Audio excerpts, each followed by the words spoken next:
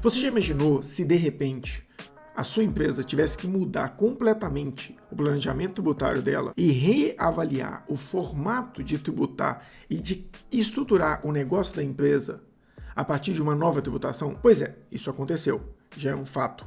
O Brasil, a partir de agora, tem um novo arcabouço fiscal e ele precisa ser estruturado dentro das empresas. Agora, com a nova lei de 214 de 2025, o CBS e o IBS, que eram aqueles tributos que a gente tentava imaginar como seriam, de fato foram legalizados. A partir de agora, virão leis que vão definir alíquotas estaduais, alíquotas regionais a partir de uma alíquota padrão federal. Vai começar a falar sobre a estruturação desses tributos, mas isso não falta muito tempo. Em 2027, o PIS e o COFINS vão ser praticamente extintos e as empresas terão que, a partir daí, tributar a sua operação a partir do CBS, do IBS e das suas novas regras fiscais. Isso vai mudar completamente todo e qualquer planejamento tributário desse país. A não ser que você seja uma empresa do lucro real, não tenha nenhum regime especial, não tenha nenhuma análise tributária voltada para algum benefício fiscal existente, regime especial, não cumulatividade, algo do tipo. Se você não tiver em nenhum desses cenários, você talvez não seja tão atingido. Mas toda e qualquer outra empresa, simples, lucro presumido, empresas com regimes especiais, aproveitamento de benefícios fiscais, isenções, não cumulatividade, regimes especiais para importação, todas essas empresas vão ter que mudar completamente e drasticamente o seu planejamento tributário e principalmente o seu modelo de negócio. Porque os tributos, a partir de agora, vão tratar de uma nova forma que, com certeza, vai impactar em holdings, em empresas com RET, TTS, benefícios fiscais setoriais, toda essa estrutura, fundos de investimento multimercado, empresas de locação de imóveis, toda essa estrutura vai ser readaptada a uma nova realidade tributária. E é um pouco disso que eu quero mostrar para vocês. Qual o problema para mim? Faltam apenas 2 anos. 2025 a gente vai planejar, 2026 alíquotas testes, 2027 já é efetivo.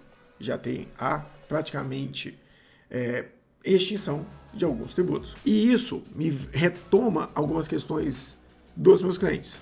Mas vamos lá, eu vou começar a contar isso para vocês logo depois da nossa vinheta. Só não se esquece de se inscrever, marcar o sininho, curtir o nosso vídeo e ir lá nas redes sociais e seguir a gente. Carlos Pires Consultor, para o Resultado em Foco.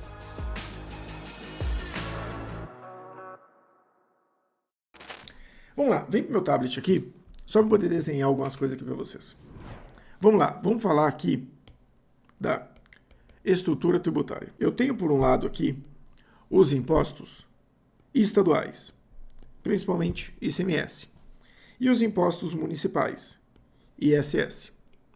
Por um outro lado, eu tenho os tributos que são sobre faturamento, mas são recolhimentos, vamos dizer, cumulativos ou não cumulativos, débito e crédito ou alíquota efetiva, federais, PIS e COFINS, que praticamente são o mesmo imposto, porque andam sempre juntos. Depois, eu tenho aqui os impostos sobre resultado, IR e CSLL. E por fim, eu tenho alguns tributos aqui, principalmente tributos estratégicos, como IPI, IOF, que são tributos que o governo utiliza para manipular a economia ou para gerenciar a economia. Com a nova carga tributária, o que muda definitivamente? Primeira coisa, ICMS e IBS deixam de existir. ICMS e ISS deixam de existir. Entrando no seu lugar, o IBS, Imposto sobre Bens e Serviços. Quando eu falo aqui do PIS e da COFINS, eles também deixam de existir. Entrando em seu lugar, o CBS. Ali no IOF e no IPI, o IOF acredito que não vai mexer nada, o IPI deixa de existir e a gente passa a ter um imposto seletivo, que é sobre cenários específicos da economia. IR, contribuição social, não impacta em nada. O que é importante entender aqui? O que eu tanto falo que todo planejamento tributário vai ter que ser revisado? Quando eu pego esse cenário aqui e avalio só... Até diminuiu, tá um pouco... não dá para diminuir o zoom, não? Não, tudo bem. Quando eu pego esse cenário aqui e avalio só ICMS, eu tenho aqui RET, eu tenho a lei de 2011 do 4% sobre produtos importados, eu tenho o TTS, eu tenho o DIFAL, eu tenho as isenções municipais, estaduais, né, na realidade, tudo isso aqui vai impactar diretamente na alteração do tributo, porque eu deixo de ter esses tributos. E o ISS, que era um tributo não cumulativo, aqui aparentemente tudo passa a ser débito e crédito, porém com uma alíquota muito mais alta.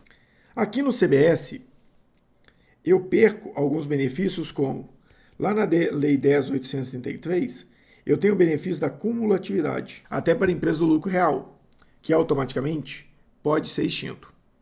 A gente tem alguns benefícios sobre, por exemplo, produtos isentos, não tributados, defensivos agrícolas, tem N produtos que não são tributados.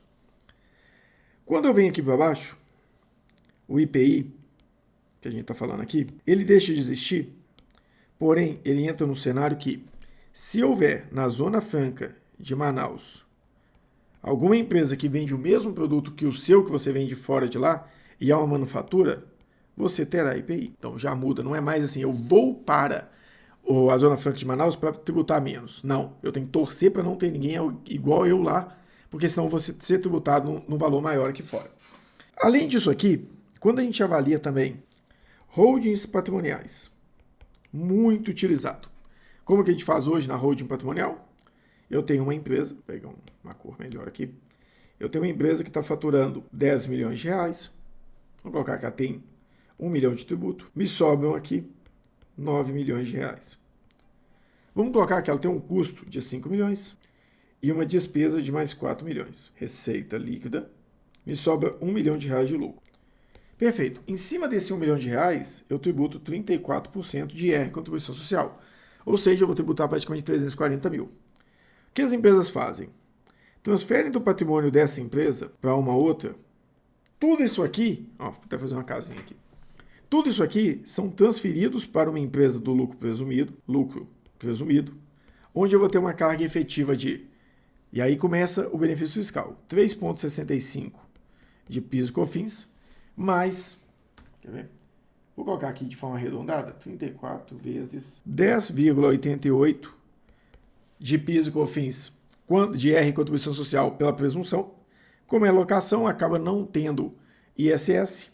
Então aqui eu vou ter, vão ser praticamente 14,343, é isso mesmo? 3, vai 1, 7, 7, 8, vai 15 na realidade, vai 1, 14. Então, a gente tem aqui uma carga tributária de aproximadamente 14,53, se eu não estiver errado no cálculo. Esse 14,53, o que eu faço? Eu vou lá, mudo minha forma aqui de apuração e faço o seguinte. Falo que eu tenho mais um aluguel de um imóvel por 1 milhão de reais, que vai gerar zero de carga tributária, onde eu estaria pagando 340 mil, que seria 34% de 1 milhão, eu passo a pagar 14,53 sobre 1 milhão. Então eu passo a pagar 145.030, por exemplo, e 300 na realidade. Ou seja, uma economia de praticamente 200 mil reais. Dá 194.700, mas vamos colocar aqui 200 mil reais de economia. Só que isso aqui se baseia no quê? Se baseia num PIS e COFINS de 3,65. Se eu passo a ter esse PIS e COFINS de 9,25 ou uma alíquota mais alta ainda, eu já começo com mais os 10% aqui, eu já vou chegando quase em 20%, mas ainda é 34% lá no outro. Mas eu ainda tenho o IBS. Estima-se que a alíquota dos dois juntos vai chegar em 27%. Se eu coloco isso mais a minha presunção, eu vou para 37,88% de carga tributária se essa empresa não tiver nenhum crédito. E a empresa de locação vai ter pouca depreciação. Senão, se eu depreciar agora, lá no futuro eu vou ter que pagar 34%. Não vai ter muito funcionário. Então, muito provavelmente, ela não vai ter crédito. Logo, nenhuma holding para de pé mais nesse cenário. E isso precisa ser avaliado. Além disso, eu tenho fundos imobiliários que passam a ser tributados. Como funciona o conceito de um fundo imobiliário? Só para vocês entenderem. Uma empresa vai lá e abre um FII. Aqui tem regras, tá? Tem que ter mais de 50 pessoas no fundo, tem que ser se ele for fechado, se ele for aberto, ok. Mas tem N cenários. Eu tenho um fundo de multimercado que vai investir num FII. Esse FII pode ser o dono desse imóvel aqui que eu coloquei de aluguel de R$1 milhão, que vai pagar os 145 mil. Só que eu jogo isso aqui num fundo de investimento imobiliário. Quando esse fundo de investimento imobiliário, que agora sim vai investir e vai alugar a fábrica para essa empresa, quando o dinheiro sair daqui, R$1 milhão da fábrica, para o FII, ele não é tributado, porque só é tributado na hora que eu distribuo para a pessoa física. Quando eu jogo ele para o FII, ele também não é tributado. E eu posso pegar ele aqui do FII e investir em novas companhias. Então eu consigo fazer um lastro financeiro dentro das empresas e dentro dos fundos de investimento sem ter tributação. Automaticamente, aqui a gente também tem um cenário. Por quê? Falou-se sobre tributar os FIIs, e se for tributar em 27%, é um cenário completamente complexo e vai perder boa parte da atratividade desse mercado no Brasil. Fora que várias empresas que fizeram seu planejamento tributário para não pagar imposto e reinvestir no... Um exemplo, tem muito supermercado que faz isso. Abre o FII, aluga do supermercado para o próprio FII do supermercado as lojas, e com o dinheiro que ele vai gerando, como ele não paga imposto, ele vai transferindo para o fundo multimercado e vai abrindo novas lojas com ele. Então ali você já tem um outro cenário que pode ser também significativo. Porém, olha para você ver, só da gente falar aqui, a gente já verificou que hold não vai existir mais. Provavelmente FII e FII pode ter um problema. A gente comentou aqui da não cumulatividade, que não vai existir mais. Dependendo do cenário, vai ser tudo cumulativo com redução de base de cálculo. Então, esse benefício aqui da cumulatividade para a empresa do SIM, para a empresa do lucro presumido, para prestadores de serviço dentro da própria indústria, tende a acabar. RETs, TTS, isso tudo aqui tende a acabar porque o Estado não vai ter mais autonomia de dar esse benefício. Então, outro cenário aqui, outro planejamento tributário que pode ir por água abaixo. E você ainda tem RET no Espírito Santo, que tem o Compete, você tem Florianópolis, você tem... Florianópolis não, na realidade ele é no Santa Catarina inteiro. Em Santa Catarina, no Amapá, todos esses estados, no Amazonas, né, na realidade, aqui, Amapá, e eu não lembro a sigla do Amapá não. Tudo isso aqui pode ter regime especial, que também vão deixar de existir. Eu tenho também o risco de que a presunção de 8% de lucro e a presunção de 32% também possa ser alterada. Então, assim, isso porque eu falei de alguns cenários básicos. Espera-se alterações de diversos outros cenários. Então, qual que é o problema para mim? Eu tenho quanto tempo para conseguir fazer isso aqui rodar? Vamos colocar aqui, início de 2025, eu tenho a Lei 214 aprovada. Na hora que eu chegar aqui, início de 2026, eu começo com a alíquota teste. Quando eu chego aqui em 2027, PIS e COFINS também não existe mais. Depois, aqui até 2033, eu acho, a gente vai liquidar o ICMS e implantar de fato só o IBS.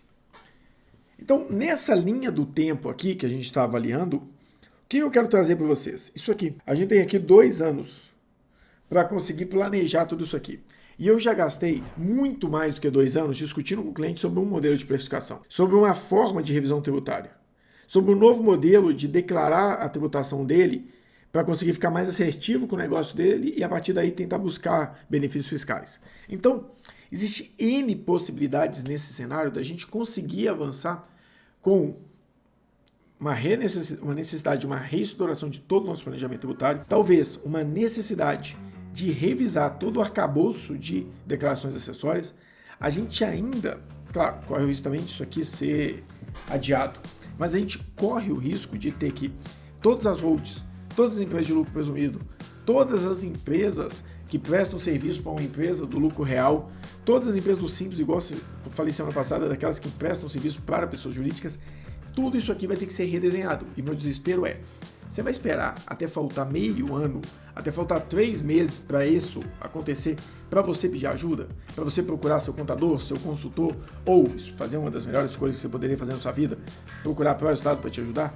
Então eu estou preocupado porque eu estou com receio de lá no final, quando tiver nos últimos minutos do segundo tempo, muita gente começar a procurar, muito cliente começar a procurar, muito parceiro começar a procurar, e talvez aí a gente não vai ter braço para atender todo mundo, não pelo menos da qualidade que eu gostaria. Então vamos dar uma revisada nisso aí, vamos entender o cenário da sua empresa e vamos verificar como que a gente poderia começar desde agora a planejar para no futuro não ter um problema tributário na hora que a reforma de fato acontecer. Então, espero que isso possa ter ajudado vocês de alguma forma. Encontro vocês no próximo vídeo. Então, curte, compartilha, se inscreve no canal. Eu sei que vocês não são inscritos e a gente fica aqui à disposição para ajudar vocês no que vocês precisarem ou então dar toda a orientação para você buscar ajuda com o seu profissional. Muito obrigado, até a próxima e a gente fica por aqui.